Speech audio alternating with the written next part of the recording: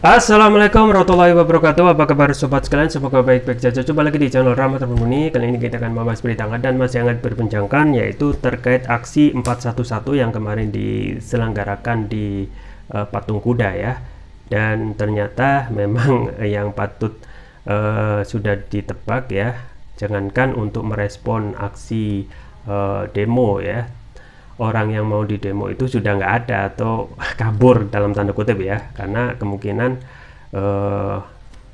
meskipun mempunyai agenda yang lain kan sebenarnya bisa ditunda ya, kemudian lebih mendahulukan ya kepentingan rakyat, dan sekarang sudah membuncah ya untuk tuntutan mereka utama, yaitu menuntut Presiden Jokowi mundur ya. Nah, ini yang sesuai dilansir oleh era.id, langsung saja kita baca dan kita ulas. Jokowi tak ada di istana, pemimpin aksi 411, tuan rumah kabur. Era.id, ratusan peserta aksi 411 tampak memadati lokasi aksi di depan Istana Negara, Jakarta Pusat, Jumat 4 November 2022. Pemimpin aksi mengaku kecewa karena Presiden Jokowi tak menemui mereka. Kita tamu datang baik-baik, tuan rumahnya ada apa kabur? Tanya pemimpin aksi kepada para peserta. Mereka menjawab serempak kabur. Pemimpin aksi juga menyampaikan bahwa Gerakan Nasional Pembela Rakyat atau GNPR sudah mengirimi surat kepada istana sebanyak 2 kali akan adanya aksi hari ini. Presiden Jokowi sendiri dikabarkan sedang melakukan kunker atau kunjungan kerja ke Mojokerto, Jawa Timur untuk meninjau pabrik bioetanol Tebu. Pihak istana menyatakan kunker ini sudah diagendakan jauh-jauh hari. Jadi hari ini Presiden kunker ke Mojokerto, Jawa Timur. Sebetulnya rencananya kunker ke Mojokerto pada 10 Oktober lalu, namun tertunda saat itu. Kata Deputi Bidang Protokol Pers dan Media Sekretaris Presiden B. Mahmudin dalam keterangannya hari ini. Peserta aksi 411 menganggap kunjungan kerja Jokowi hanya alasan untuk menghindari aksi hari ini. Sebelum mulai istighosa, pemimpin aksi bertanya kepada para peserta kalau kabur diapain. Para peserta menjawab keras-keras mundur. Ya, sobat sekalian ya, sangat disayangkan ya dalam hal menjalankan aspirasi ya, menyampaikan pendapat dari GNPR yang diikuti oleh berbagai elemen yang banyak sekali ya, dan dilakukan pada saat selesai Jumat ya, dan koordinator aksi kan mengadakan sholat Jumat di Istiqlal, kemudian mengadakan aksi di Patung Kuda gitu ya setelah sholat Jumat. Nah, memang sudah diprediksi gitu ya, Presiden Jokowi itu tidak hadir ataupun menemui massa gitu ya. Dan kalau kita melihat ya keterangan dari istana bahwasanya Presiden Jokowi itu melakukan kunker atau kunjungan kerja ke Mojokerto, Jawa Timur ya. Ini juga patut disayangkan ya dalam rangka untuk meninjau pabrik bioetanol Tebu ya. Nah, ini juga patut disayangkan ya, karena pemberitahuan tentang aksi ini yang seperti disampaikan sudah dilakukan sebanyak 2 kali ya. Artinya untuk mengantisipasi untuk tahu terhadap adanya kegiatan ini ya, harusnya ya dalam hal ini ya pihak istana itu benar-benar harus bisa mengatur jadwal ya, misalnya ditunda lagi ya, karena sebelumnya kan kunjungan kerja selama pada tanggal siang ke Mojokerto itu seharusnya tanggal 10 gitu ya, karena ditunda berbagai macam, kemudian bisanya pada tanggal 4 November, artinya kan bisa ditunda gitu ya. Dan kita ketahui ya keputusan untuk menunda kunjungan kerja ataupun tidak, atau janji berangkat atau tidak, itu seharusnya masih bisa dinegosiasikan gitu ya, atau diatur jadwal. Toh kita ketahui Presiden mempunyai kekuasaan ataupun mempunyai waktu yang lain gitu ya. Dan tentu saja yang paling penting adalah merespon aksi para peserta 411 ini gitu ya, dan 411 ini ya. Dan memang GNPR yaitu Gerakan Nasional Pembela Rakyat ini sudah benar-benar ya, apa yang mereka lakukan tentu saja bukan hanya sekedar dalam tanda kutip piknik datang gitu ya, tetapi ini adalah aspirasi rakyat yang datang dari grassroots sampai ke para elit di tiap-tiap pimpinan ormas termasuk untuk Gerakan Nasional Pembela Rakyat, untuk benar-benar melanjutkan ataupun menyampaikan ya aspirasi mereka tentang tuntutan agar Presiden Jokowi itu mundur gitu ya. Nah ini benar-benar fakta real gitu ya, fakta real ya, dan ini tidak terjadi ujuk-ujuk atau konyong-konyong gitu ya. Dan kita ketahui ya, hal-hal seperti ini ya memuncak memang karena melihat kinerja dari Presiden Jokowi sendiri yang kita ketahui banyak sekali ya dalam tanda kutip tidak bisa memberikan kepuasan secara menyeluruh kepada rakyat gitu ya. Hal-hal misalnya tentang yang paling sepele, misalnya kenaikan harga BBM ya, itu sampai saat ini isunya sudah agak kabur, bahkan bisa dibilang hilang gitu ya, untuk bagaimana penyelesaian yang pas ya agar BBM tidak naik. Di demo berkali-kali ya, tidak hanya di istana kalau nggak salah, di DPR juga ada, tetapi tidak ada tindak lanjut gitu ya. Seakan-akan kalau DPR aksi demo itu bisa selesai ya dengan mengacukan ataupun tidak merespon gitu ya aksi demonstrasi. Ingat bahwasanya apa yang dilakukan oleh rakyat hari ini ya, misalnya aksi demonstrasi ya menuntut Presiden Jokowi mundur, itu pertama adalah aspirasi ya. Yang kedua, ini adalah gambaran kalau negara itu gagal ya memberikan ya memberikan kesejahteraan kepada rakyat gitu ya. Karena kalau mereka sudah sejahtera ya, kebutuhan ataupun kepentingan para rakyat itu yang saat ini terjadi itu terpenuhi gitu ya, tidak akan ada rakyat, mahasiswa dan juga elemen-elemen masyarakat itu capek-capek datang untuk melakukan aksi demonstrasi gitu ya. Nah sekarang kan banyak sekali dari kebijakan-kebijakan pemerintah yang benar-benar menyengsarakan rakyat ya. Yang paling terdekat yaitu kenaikan harga BBM yang saat ini ya efeknya benar-benar menyengsarakan rakyat ya. Harga-harga sudah mulai naik ya, dan tidak mungkin lah kalau harga BBM itu stagnan dan tidak akan menyebabkan efek domino ya, pasti akan menyebabkan efek domino gitu ya. Harga-harga naik, kemudian juga untuk industri yang tidak kuat untuk menahan beban biaya produksi ya, akhirnya ya efek dari kenaikan harga BBM itu terpaksa yaitu PHK ya. Nah ini tentu saja akan memperburuk ekonomi gitu ya. Padahal juga pernah disampaikan bahwasanya untuk kenaikan BBM itu tidak akan terjadi sampai akhir tahun gitu ya, dan akhir tahun ini tinggal cuma 2 bulan saja, November Desember gitu ya. Tetapi kembali lagi ada dusta ya, ada perbuatan yang tidak sesuai perkataan, katanya perbuatan bohong ya. Nah untuk berita bohong itu kan sering kita itu ya disampaikan di pemberitaan ya, sering orang-orang itu dikenakan pasal berita bohong dan langsung ditahan gitu ya. Nah sayangnya untuk berita bohong ini ya, yang ditahan itu hanya untuk rakyat saja gitu ya, para aktivis ya. Tuduhannya sama, pasal 14-15 Undang-Undang Nomor 1 Tahun 1946 tentang berita bohong ya. Nah, ketika itu ya yang menyampaikan berita bohong itu pemerintah, maka itu tidak ada konsekuensi hukum sama sekali gitu ya. Misalnya untuk tidak akan menaikkan harga BBM hingga akhir tahun, itu mau dikatakan apa kalau tidak berita bohong gitu ya. Pun juga untuk hal-hal yang lain ya, untuk masalah ada 11.000 triliun di kantong saya gitu ya.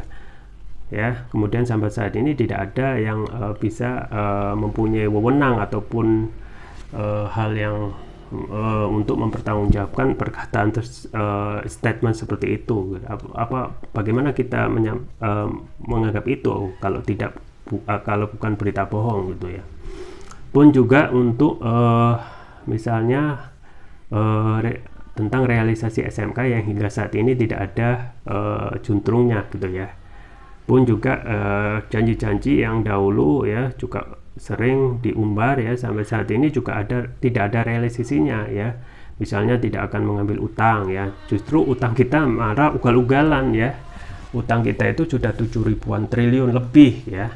Nah ini sangat ugal-ugalan ya. Kalau kita melihat zaman SBY, utang terakhir itu ya, sebelum pindah ke Pak Jokowi, utang itu maksimal itu 1.800 atau sampai 2.000 ya. Nah sekarang itu sampai 7.000 ya, dan diprediksi ini utang akan terus menumpuk hingga 10.000 hingga akhir pemerintahan Presiden Jokowi ya. Itu hanya utang pemerintahan, belum utang BUMN yang kurang lebih sama ya. Jadi total utang kita itu ya, total utang pemerintah itu bisa belasan ribu gitu ya, utang belasan ribu gitu ya. Nah maka belum janji-janji yang lain ya, misalnya tidak akan melakukan impor ya. Pada faktanya impor juga dilakukan ugal-ugalan ya, impor garam, impor kedelai dan lain sebagainya. Makanya kita juga sangat menyayangkan ya, tuntutan apa yang dilakukan oleh masyarakat itu yang sudah sesuai kanal pun ya, itu tidak begitu efektif ya. Kan mereka kita ya, termasuk NPR itu dalam rangka untuk menjalankan undang-undang ya, menjalankan aspirasi rakyat melalui aktivitas penyampaian pendapat ya di muka publik ya, melalui aktivitas demonstrasi gitu ya. Nah itu sudah sesuai kanal ya, tetapi tidak ada respon gitu ya. Ya, sejak kenaikan di BBM kemarin juga tidak ada respon ya.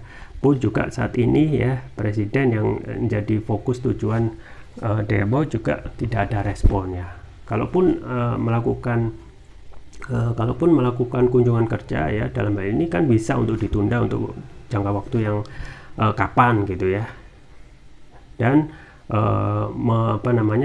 lebih mementingkan ya datang untuk menemui para peserta aksi. Nah itu kan lebih baik ya. Ingat, mereka itu ya adalah bagian dari rakyat yang seharusnya harus mengayomi ya. Ingat bahwasanya ya rakyat itu membayar pajak yang benar-benar mahal ya kepada presiden, wakil presiden ya, para pejabat, kemudian juga DPR ya, MPR, DPD ya. Itu tujuannya apa? Tujuannya untuk mengayomi rakyat gitu ya. Jadi tujuan yang menjadi utama yang harus dimuliakan tentu saja adalah kepentingan rakyat ya, karena mereka yang melakukan pembayaran ya,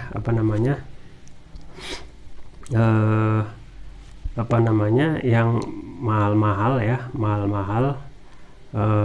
membayar pajak ini ya, tentu saja agar pertama mereka ya, kalau nggak bayar pajak pasti akan didenda kan, ataupun pasti akan ditagih, ataupun kemungkinan besar akan dinaikkan pajaknya dan lain sebagainya. Tetapi ketika bayar pajak itu sudah tepat janji atau tepat waktu ya, fungsi-fungsi negara termasuk fungsi presiden, wakil presiden, DPR yang seharusnya melakukan pengawasan kepada pemerintah itu tidak dijalankan. Nah ini kan repot gitu. Nah ini juga menjadi pertanyaan kepada DPR gitu ya, DPR yang saat ini yang seharusnya menjalankan fungsinya sebagai melakukan tugas pengawasan ya, itu tidak jalan juga gitu ya. Padahal apa yang disampaikan oleh tuntutan rakyat yaitu menginginkan Presiden Jokowi mundur itu ya sesuai konstitusi gitu ya, pasal 7 ya, pasal 7 Undang-Undang 1945 ya. Jadi pasal 7 itu kan dalam hal untuk meminta Presiden Jokowi mundur itu sesuai dengan konstitusi gitu ya.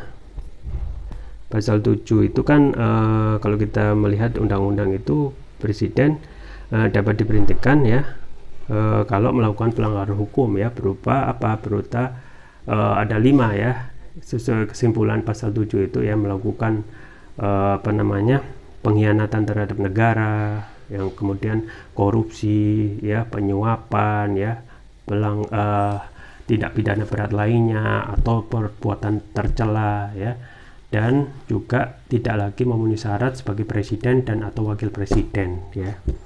Nah tinggal kita masuk dari poin yang mana gitu ya, antara yang 5 itu ya, saya singkat PKPTT ya. Jadi presiden itu diberhentikan karena 5 ya, sesuai Undang-Undang Nomor 7 Tahun 1945, dan ini sesuai konstitusi gitu ya. Makanya aneh kita itu melihat DPR itu seakan tidak menjalankan fungsinya ya.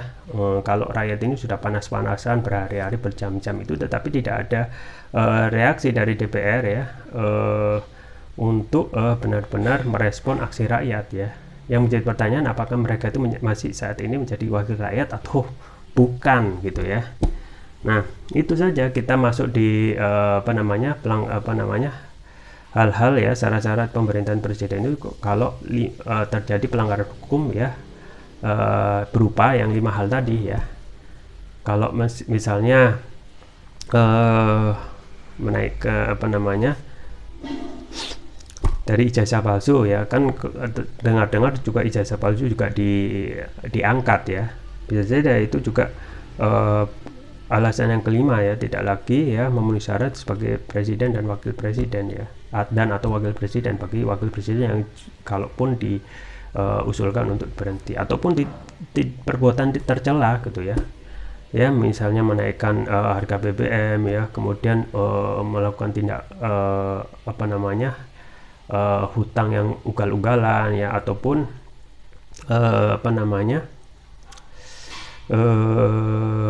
yang janjinya itu tidak impor tetapi sekarang juga melakukan impor secara ugal-ugalan.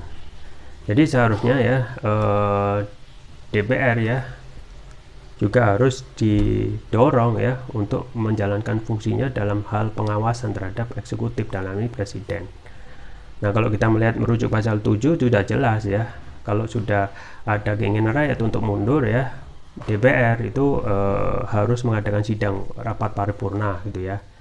Rapat paripurna ini kalau benar-benar DPR-nya jalan ya, DPR-nya aktif ataupun benar-benar berjalan sesuai dengan undang-undang ya.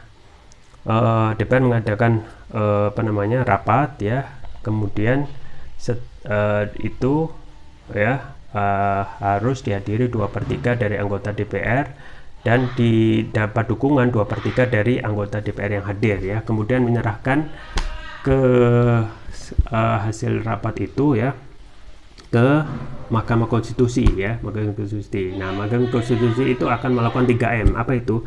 Memeriksa, mengadili, dan memutuskan apakah putusan ya ataupun hasil apakah presiden ini memenuhi syarat ya, melakukan pelanggaran hukum yang di 5 tadi ya, melakukan pengkhianatan kepada negara ya, kemudian korupsi, penyuapan ya, perbuatan tidak pidana berat atau perbuatan tercela ya, atau tidak lagi memenuhi syarat sebagai presiden dan atau wakil presiden. Maka itu MK memutuskan ya. Setelah terbukti, dikembalikan kepada DPR ya. Ini kembali lagi masih dalam kerangka pasal 7 ya, dikembalikan kepada DPR ya. DPR langsung mengadakan sidang ya untuk meneruskan putusan dari MK ini kepada MPR. Nah, MPR mengadakan sidang istimewa yang harus minimal dihadiri oleh 3/4 dari anggotanya ya, kemudian disetujui sekurang-kurangnya 2/3 dari yang hadir tadi setelah presiden memberikan penjelasan. Nah, setelah itu baru diputuskan ya, presiden bisa diberhentikan. Nah, memang agak ruwet ya, tetapi harus kita dorong ya, dalam ini DPR fungsi rakyat untuk menjalankan fungsi pengawasan kepada eksekutif yaitu DPR. Ya, kita tunggu saja ya kelanjutan terhadap aksi 411, apakah akan berlanjut lebih besar lagi pada aksi yang lebih besar yaitu 212 ya, Desember yang akan datang itu. Itu saja yang bisa saya sampaikan, semoga bermanfaat. Jangan lupa like, share, dan subscribe. Sampai jumpa lagi. Wassalamualaikum warahmatullahi wabarakatuh.